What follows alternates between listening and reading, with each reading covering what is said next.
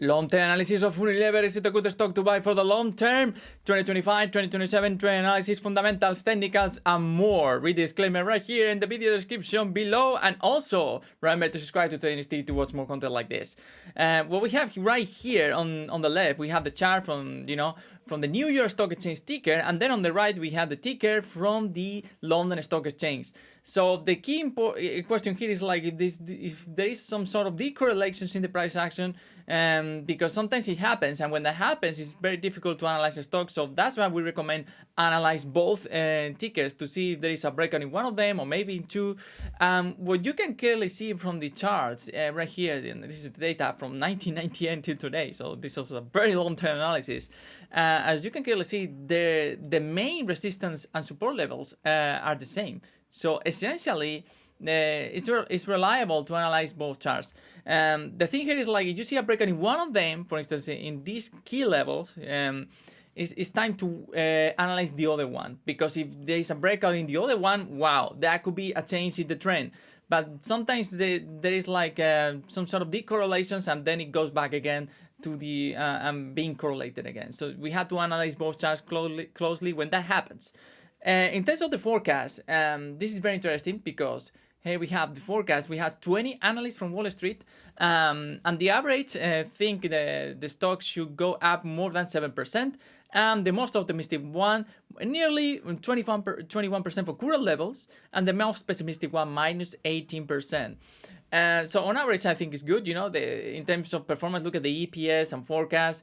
I would say the annual income statement is very interesting because we had some sort of several years that it has been performing sideways. I don't like to invest in something like that at this point because it's not bad, but it's like the money is not going anywhere, and you can clearly see right here from 2020 to today, it has been trading sideways. Look at the correlation with that forecast that we have right here, the reported earnings. It has been trading sideways, and you can clearly see, for instance, we go to the annual. By 2020, we had a net income, an EPS, 2.97, nearly 3. In 2021, 3. In 2022, 2.77. By 2023, 2.80. As you can see, the results, the income statements are very similar. We have a similar EPS. It's not justified to see the stock going up, and this is what happened, But something changed in the last year, in 2024. You can clearly see that it didn't make new highs, but it was very close, to that level. And you can clearly see right here in the net income statement in 2024, reported earnings to 3.11, and what happened back in 2020 or 2021, 3.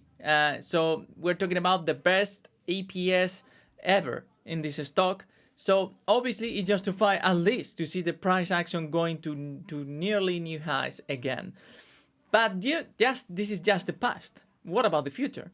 So about the future is very interesting because the EPS is gonna increase. And look at the source, the data source that we have is very, very reliable because we have the estimate and then the reported. The reporting is in blue and it's very similar to the estimate. And actually the reported is a little bit better than the estimate, which is good. It's even better, because the positive surprise factor is valued better when it's released.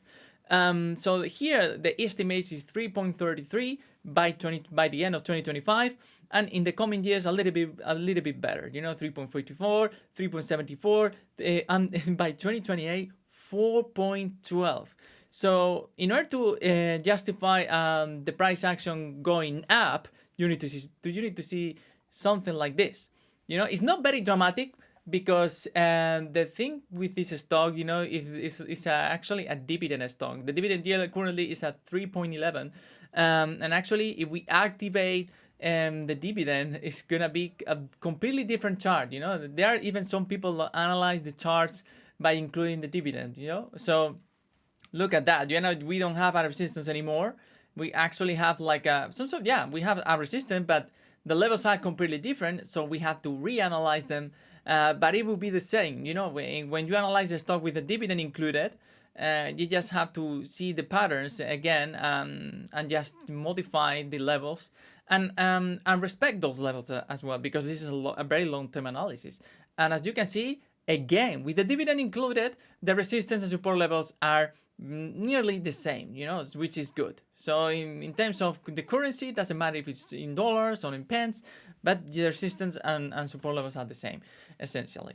So that's very good. So thank you very much for watching this analysis. What do you think about Unilever? Is it a good stock to buy for the long term? What do you think about the products? And do they have a good portfolio of products?